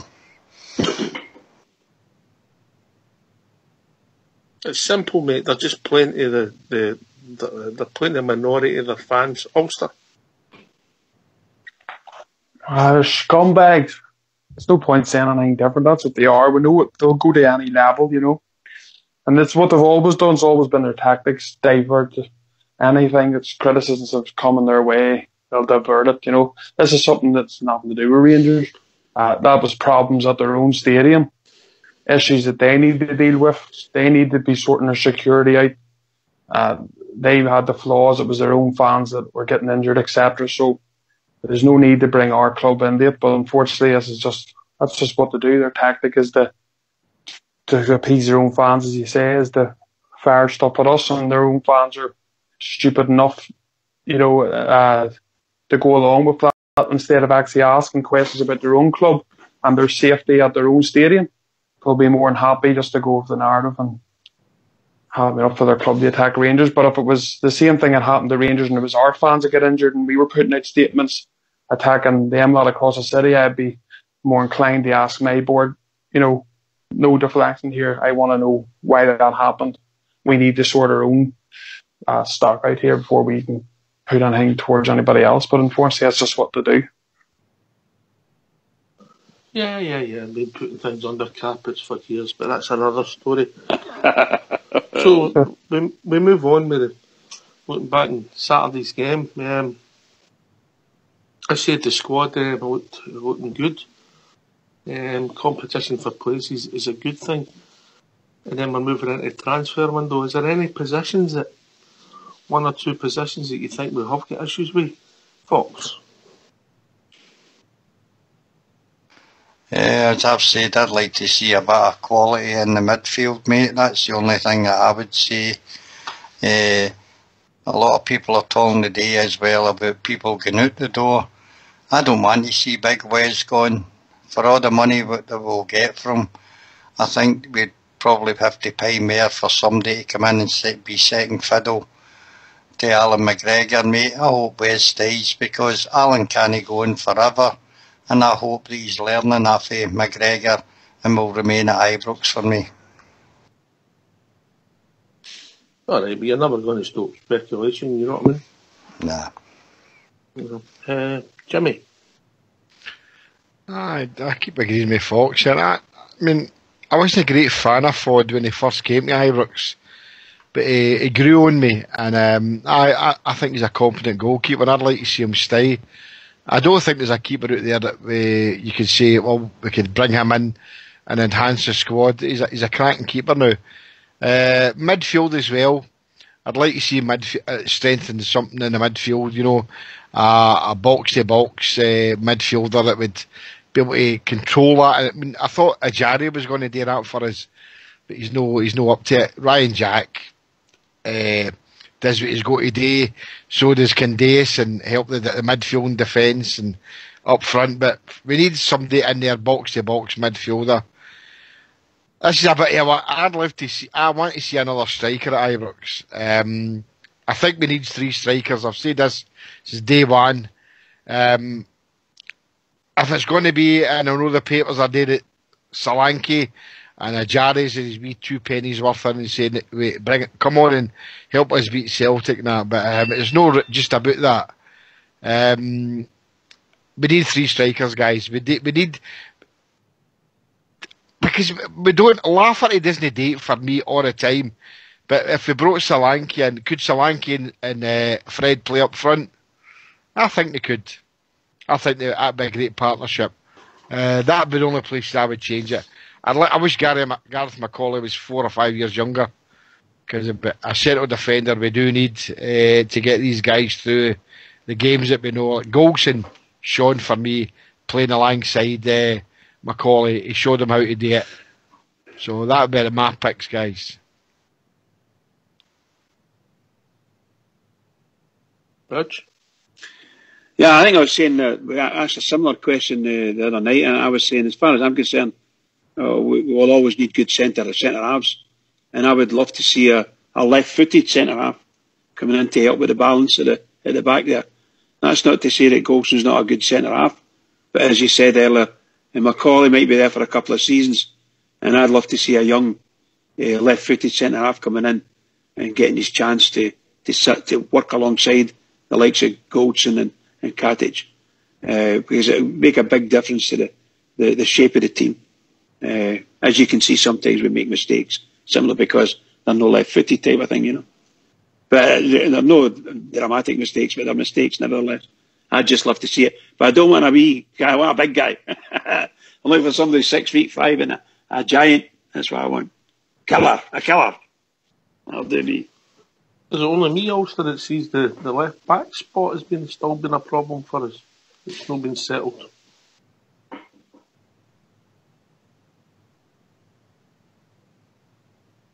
No, the host Ulster. Fox. Okay. On you go, Bridge. Well, I was just going to say that obviously the hope is that Barisic is recovered and able to play. And once he settles, he's going to be a really good asset for the team. We've seen pacey, a lovely passer of the ball, and puts in a lovely cross. So we're looking for that. That's been missing from our team for big chunks of the season, and we need that. As soon as we can get him back, the better, because we do need somebody on the left side that's left-footed. And I'd no offence to Andy Halliday, none at all, but Barisic is a far better option for left back for us. Can you hear me now? Yeah, big man. Yeah, on you go, man. I was talking these in a row. I was off mute, but I don't know why. It makes sense. You've made for a long time. No, I was going to say that. Well, Bridge said it anyway. I think Barisic will sort that out when he's back fully fit again. Obviously, he'll have Andy Halliday or Flanagan, to help cover there.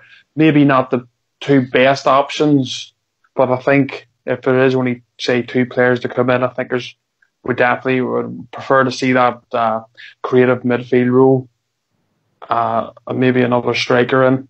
That would be my two picks to get us through the season. I think we struggle sometimes. I think if you had a good creative midfielder, you'd have maybe had that game wrapped up a lot earlier on Saturday. Someone who can maybe get the ball in the feet and do those killer passes. I think if we could sort that out, I think it'll give us a bigger chance of hopefully going the whole way this season. Can I just say that, in the box that Scott Arfield's really come on to a game, in the box. I think that's 6 goals he's got to from midfield on in November. And assists. Yep, he's done very well, mate. He's done very, very well. I think he played actually better when Alfredo came on, didn't he? He came on the game, they linked up pretty well. So fair play to Scotty Arfield. He's come on to the game. Yeah, but I think we need to. The management team need to look, and I think they will be doing that, to look further afield as like the start of next season. Are we going to have Kent? Are we going to have a Jaria there next season? The loan players. Obviously, I'm hoping we don't have Worrell.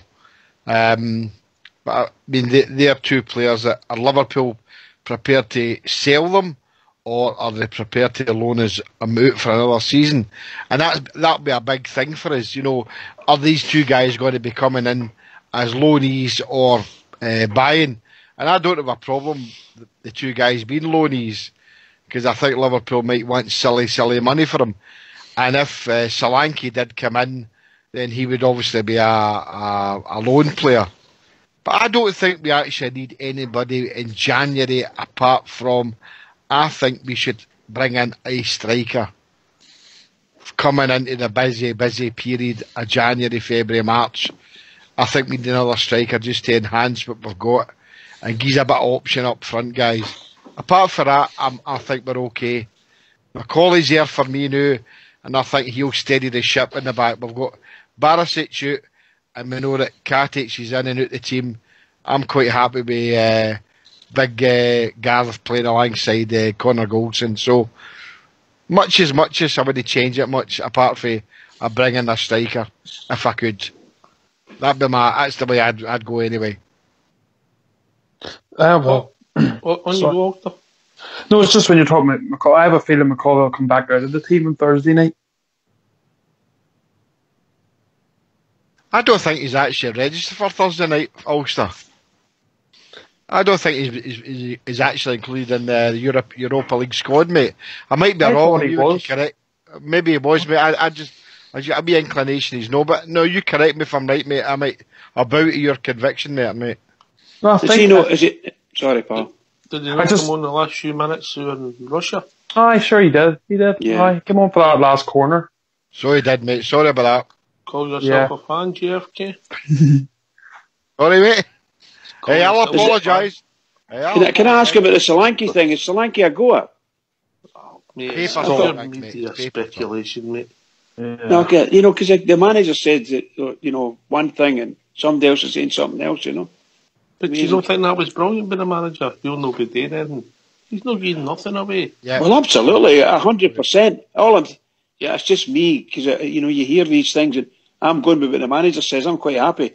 If he says that's it, then all of a sudden you're hearing papers saying Solanke's coming back, coming up. He's raised his ugly head. You're the one that frightens me. I watched goals on Sunday. Charlie Adam. Wow. Charlie Adams, mate. I would never say never, no. That. I'm going to touch you with a shite stick. There you are. Is that because you didn't like him before, or because you don't like him now? He was an alright player, Bridge. He was nothing great. The free kick he put under the wall, remember, that was great, that day. But apart from that, Charlie Adam was alright. He'd been doing and he done well with Liverpool, but for me, same as Stephen Davis. We want to get Stephen Davis on a loan only at a decent wage, then I wouldn't touch him with a shite stick. So that's for me. Charlie Adams bumping his gums a bit. Well, I'll never say never. I don't want him. Don't want him at all. I have to agree with you about Charlie Adams. I'm not dead sure whether I'd want Charlie Adams back at Rangers, whether he would actually offer as much now at this stage of his career. I just don't know, of course. But I do think I would take Stephen Davis back in a heartbeat. David for tomorrow. At what cost, though? Oh, I don't know. Obviously, they're wanting 3.1 million for him. We're not going to pay that. We're not going to pay that. No. He's in £65,000 a week. I don't think that will happen. So, like that. No, even if Rangers agreed to pay half his wages alone, Rangers are not going to pay £30,000 a week for a 30-year-old Bridge. It won't happen, pal. If he wants to come for nothing, then we'll take him. Jimmy, his contract's up at the end of the season, as far as I'm led to believe. I know, so they're looking to offload him. Well, they'll want to offload him, but it's not going to happen. Nobody's going to take him. I doubt it very much anyway. Well, if the manager's telling the truth, Bridge, we're no looking to sign him. Could be, that's what I'm trying to say. I just don't know. It could be the truth. Unless one of the summer signings becomes available early. Because we have got two players for every position, whether we like it or not at this present time. Morelos has got Lafferty there. Barisic has got Andy Halliday, whether we think that's good. Taverner's got Flanagan. We've got 4 centre-halves, 6 midfielders. And on the wings, we've got Jamie Murphy coming back if Ryan Kent leaves. It's just, we might not touch anything, mate. You're right, mate. Aye. Good point, by the way. Cracking point. Great points. Cracking points there. Great points. I just think there'll be something done, mate. Just to tweak the squad. And also it'll be who leaves as well, if there's anybody leaves. Maybe leave also leave will free up some wages for us, because it looks as if he's right out the picture. And I feel so sorry for Travelrog, his all-time hero. Travel. I think the manager was actually honest, He said that, he's not getting bodies in for the sake of it, but if there's players come available either on loan or to buy, and we can afford it, and he thinks that they will increase our chances to better our side, there's no doubt in my mind he'll go for them. But he'd only go for the player. He'd not go and get more squad players if they're not needed. But if someone comes available he thinks can help our team and bolster it, there's no doubt about it, he'll be looking them. But if you go to it, I mean, the team that started the game, right, on Saturday, I mean, only one of them was a loan player. No, I mean, we played against Aberdeen and we had 5 come on that started who were all loan players. You know, I mean, every player that started on Saturday, apart from one, which was Ajaria, they're all our own players. So that's a positive for me. You know, and I'm happy with that. You know, I want to see the full Rangers team being our own players. So we only had one lone player on the park for the start, and that was Ajaria. So long may that continue.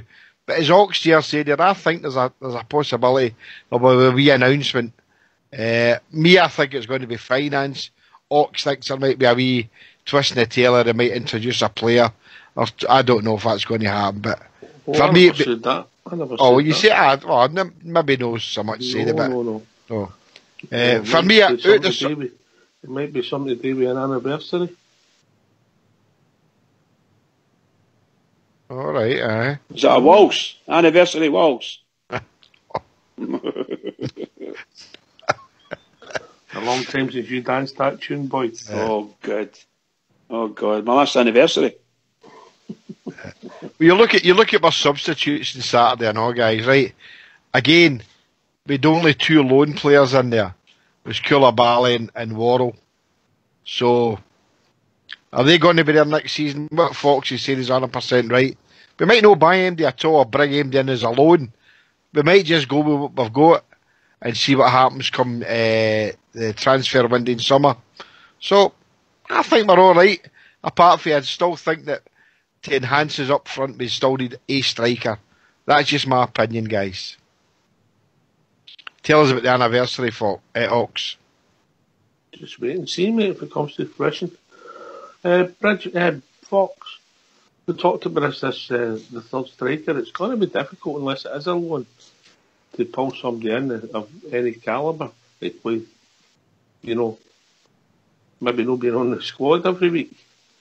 Well, I mean, if you bring another striker in, it's a change of shape, or you're going to drop Morelos, mate. So I don't see it being a striker whatsoever. Maybe in the summer when if things might change drastically, maybe a huge bid comes in for Alfredo. Maybe that's what we're expecting. Maybe we've already talked to people about Alfredo. But it need to be monster amounts, mate, for us to let him go, I think. I've seen the forums, I've been reading them over the weekend, people are quoting £15 million plus for Morelos. Think that's a possibility? Was a better player now than he was this time last year when we were getting offered silly money, allegedly. It's 8 league goals he scored. It's 8 league goals. Stopped scoring in the league or something. Then he stopped scoring in the league, I think. 8 league, 4 in Europe, I think it is, and the rest in cup games, mate, I think. Yeah. Well, the big individual over there is getting touted as a 15 million pound player. They spent 9 million on him. So I would say, I mean, Fred's maybe 20 million. Easy. And that's no tongue in cheek. You know, if he's scoring the goals and he's performing the way he is, come the end of the season, he's going to be worth 20-25 million. Without a doubt. Do you think Alfredo's inability to learn English, he's been here for best part of a couple of years, mate, maybe see him gone abroad, maybe Spain, well, that's what I said earlier on, folks. I think that's where he will go. If he does go, I think they might drive him out of Scottish football because the way they tackle him, he's not getting a good rub of the green. He's exasperated. That's where his petulance comes in. He's maybe not understanding the language 100%. So I said that earlier on. He might go to Spain, Italy, France, Germany, or something like that, where there's merely a cultural thing, but there's more players for his culture. I mean, in Scotland there isn't that as much now, because until Rangers started to bring players in for 87 onwards, we got that type of culture in Scottish football, but we don't have that so much now. And I think abroad, on the continent, wherever, will suit him more if that's where he wants to go. It'll all determine whether he wants to go, folks, or whether Rangers get the offer that they can't knock it back. And for me, it need to be between 20 and 25 million. No doubt he'll finish up top scorer this season. I mean, they're bumming up wee Thumbhead again after he scored a rubbish, shitey free kick. You know, so Thumbhead's in the papers a day again, showing his tattoos and that off. And look at me, I've scored a cracking free kick and all that. What a lot of crap. Alfredo Morelos is the best striker in Scottish football at this moment, and that's without a shadow of a doubt. So I hope he stays, folks, like yourself, mate. But circumstances might dictate that otherwise. I'm not dead sure about that. I think that's a good point about not speaking English, or the inability to speak English. I don't know whether he's got the confidence. I don't know if he knows English and he maybe just not confident enough to say it. But it would be a really big benefit to himself and Rangers if he did learn to speak English and a bit more fluently. Don't get me wrong, he's the top scorer in the league, so whether he speaks English or no, he's still the top scorer in the league. I just mean from a on the pitch perspective, it won't affect. I don't think it would affect the way he plays, but it might affect the way he reacts to the referees. And maybe say sorry ref or whatever you need to do, you know. Whereas you might be saying that in Spanish or whatever they're telling, I think you swear them or something stupid like that, you know. But I think that's the only thing I would say is a negative for him, because he ends up remonstrating like most Latin players do, and unfortunately there could be a thing with the language there that could help him, you know. Fox, you've been a big fan for a while. I read I think it was yesterday, Stevie G saying that he'll fight with people above him if they try to move him on. He's playing his game of looking after each squad and putting a marker down, but the thing is, it'd be pivotal for us in the next 18 months if we can keep him. Well, that's the thing. Stevie G wants to take us back to the heyday old days of where Rangers were, mate, and to do that you need to hold on to good players. It's up to the board to find the cash and to try and get us onto a level playing field money-wise, mate. You can see why Stevie G thinks so highly of him. I think he's like I can't think of a player right now that played as well in Scotland at such a young age. He's got the build, he's got a bit of pace. He can score goals, bring other players into it.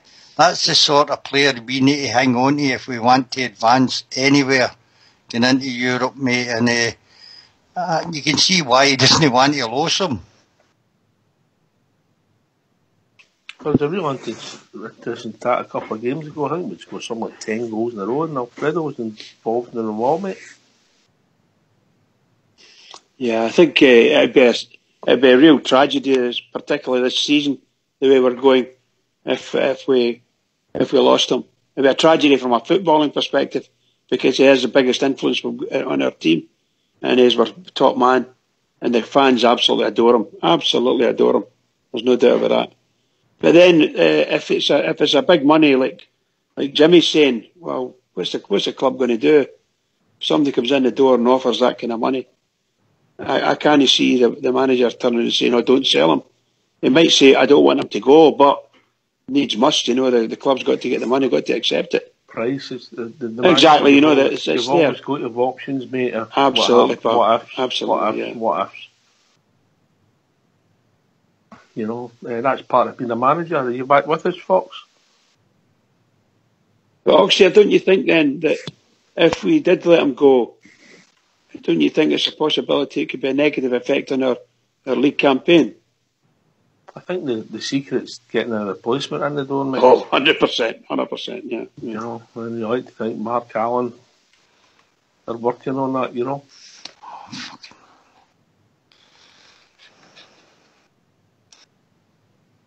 That's the hard bit, JFK. Well, succession planning. Aye, well, I mean, Murty now is get the manager next to him, which is Peter Lovencrantz, so he'll be looking to see what players he can bring through there. I mean, Mark Allen's done a fantastic job in the last season, well, part of this season.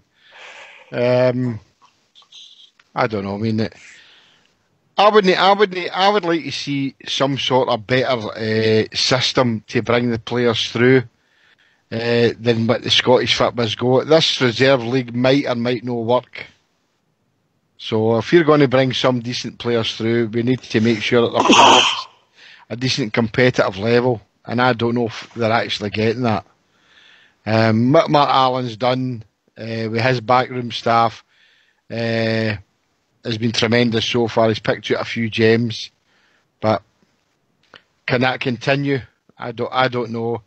We've got some decent players in our academy and that, but I don't think, apart from the boy Dallas, that we've really got much more coming through. So he's got to earn his corn and see what else he can pick out there, wherever they may be. Some of the Zach Rudden as well. You need to remember him as well. We've got Zach. I know, but do you know, personally, Fox, I don't think he'll ever play for the first team, mate. I don't think. I think the Premiership. I know we've got Glenn Middleton, but we never brought Glenn Middleton through. Glenn Middleton came from Norwich because Murty saw him down there when he was down there. But I don't see Zach Rudden doing really much. I know we've all talked about it in the boy Dallas. I think they're now in a situation like especially them are there. You know, they can bring big money players in, whether they're worth it or no is neither here nor there. But we need to compete with them now. They have brought through a few early years. I'm not even going to name them because we know who they are. You get all the plaudits for scoring for the Tartan Trannies and all that. They brought these players through, and they've nurtured them, and they're doing well. We don't really have that capacity now, so I don't know. It's like, do we have enough in the academies or at Hummel to come through and push for a first team squad place? Never mind a first team place. I don't think we have, mate. Honestly, I don't think we have.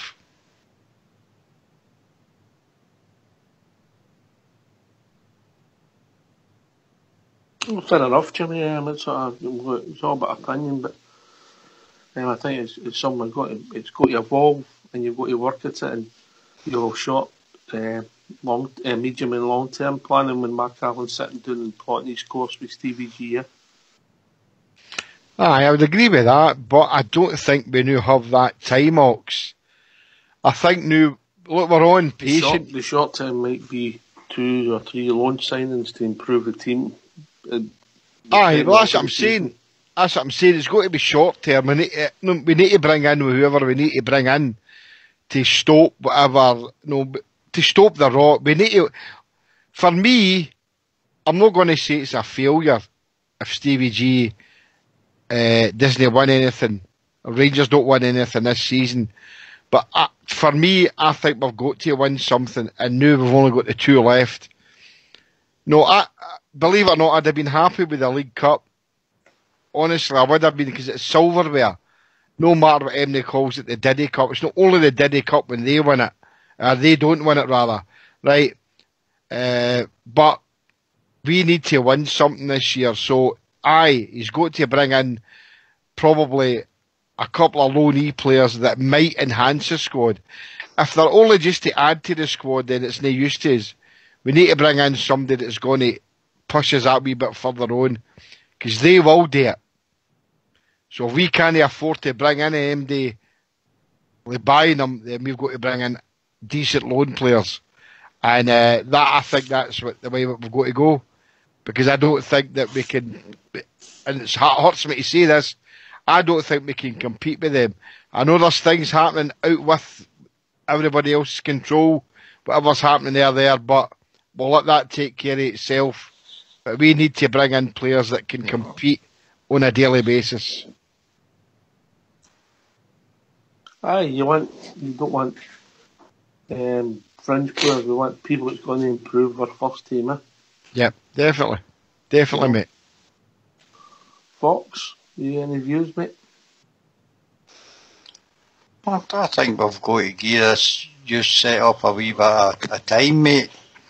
Since the backroom staff and the youth set up was rearranged, I think it was just about 2 years ago. We've tried going down a different way. We had our time in Europe when we were playing against European sides to try and bring these young boys on. And some of them have made the first team pool, mate. They've been there on the bench, like some Adobe and the boy Zach Rudden we're talking about. I think he scored in his appearance. So give them time, they're coming through. I think we just have to be a wee bit patient with them. But as in the signing market, we've got the basic squad that we need. And the summer signings that we brought in. And it's just adding quality to the summer signings. And that's how I don't think we'll go very rash in January. I think we'll save it all when we'll be able to maybe offload a few more players and bring in some quality in some positions. I think we're just being a wee bit too impatient just now, and I think we should get a bit of time to see how we're used either come forward towards the first team squad and the quality that we can bring in to come in permanently into the side. You don't think we'll get any replacements for it? For instance, if the stories are going true, then Sadiq's going to go. He's a lone player. We could send him yes, back. You don't stay the same with Worrell if that's the way it's going to be. No, Plus, we've got other players that aren't up to what Stevie Gerrard would see as his final selections going over 4 years, mate. He's only been in the door 6 months. No, what I'm saying is if Sadiq, for instance, if they send Sadiq back, as let's say they couldn't quite make it, do you think they'll bring somebody in to replace him? In a loan perspective for 6 months. And who are you going to bring in? I'm saying, do you think the manager... Solanke will come up here to I wouldn't know. On the bench, mate, you know. I'm just responding to what you were saying about no bringing anyone in. If they let Sadiq go, do you think they would try to bring in a lone striker for a 6 month period? God knows who he would be. Zach Rudden's loan's up in January as well. Well, there you go. So that's one covers it. You know? There you are, isn't it? That's cool. But see, I know what you're saying here, Fox, about Zach Rudden, right? And I can appreciate that. But I mean, we're coming into a situation here that comes Saturday, 2 o'clock, 3 o'clock after we play Hearts because we tap with the league. And we need to keep that momentum going, you know. And with all due respect, I don't think we have that squad to maintain that. And I know I keep banging the same drum that, but I still think that we should have 8 other striker. And unfortunately, I don't think Zach Rudden's it. For me, he would be a makeshift striker. I think we need somebody. I know what you're saying. Would Fred end up on the bench? No, he wouldn't. But if Solanke come up here, obviously Klopp would be saying that he would expect him to play every game or most of the games. So we'd maybe need to change our shape that way. And I don't think he will change his shape. But I've always been a big believer that you need 3 strikers, no 2. You always need 3. The reason being is you end up getting booked. You know, strikers go in for silly tackles that they're not a defender. So for me, if we go to Solanke, I would take him. We've got a big chance here, kid you know, is to win this league, and I don't say that lightly because they're nothing there, and we're on their coattails, and I think that we should enhance our squad to try and make sure that come the end of the season that we're the champions. Because let's not kid ourselves on, if we become champions or even finish second, where is that going to leave Steven Gerrard next season? Because I'm impatient. I wouldn't be happy to be second and just turning and saying, oh, we finished second, but we never won anything. That's not for me, mate. That's not for me. Coach. if we win the league. Bridge, you're the expert in that. I never even heard what you said. I just heard you saying salt coats. You mean the what do you get? Fridge magnets? Is that what you mean? No, not at all, not at all. I like Fox's choice of tune. Anyway, we've reached that time of the evening. Bridgeman. Oh, what can I say? Marvellous night again, guys. Wonderful to listen to the thoughts, because my mind thinks things differently to other people, so it's really good to get feedback from everybody else. Can I just say to all the Rangers fans all over the world, and particularly Rangers fans on here, on Rangers Radio, every single one of us, please keep it going for the Rangers, because the Rangers need us. Keep it going. Can I thank your good self, Bridge, Fox, JFK, Big Ulster, the one and only skipper, all school blow in the background doing the technicals. This has been Rangers Radio. We'll be back tomorrow night between 9 and 11. I hope everybody enjoys the AGM. Take it away, Fox. In 1912, a home rule bill England would impose, and so Lord Carson he did raise an army to oppose. But off to France our boys were sent, and Carson he did say, go take our sons and tell the Huns that we are on our way. And we're coming, we are coming down the road, where the volunteers of the UVF, and we're coming down the road. We're coming,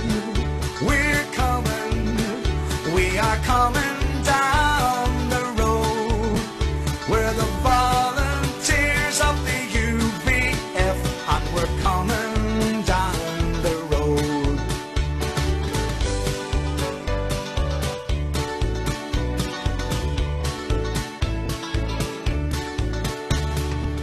And so how far have we now come? How far have we to go? And those we thought who were our friends now stand beside the foe. But take you heed, the price is high, and you will have to pay. So listen now and heed my words, for we are on our way. And we're coming, we are coming down the road, we're the 1st Battalion UVF, and we're coming down the road. We're coming, we are coming down the road, we're the 1st Battalion UVF, and we're coming down the road. We're coming, we are coming down the road, we're the volunteers of the UVF, and we're coming down the road. We're coming, we are coming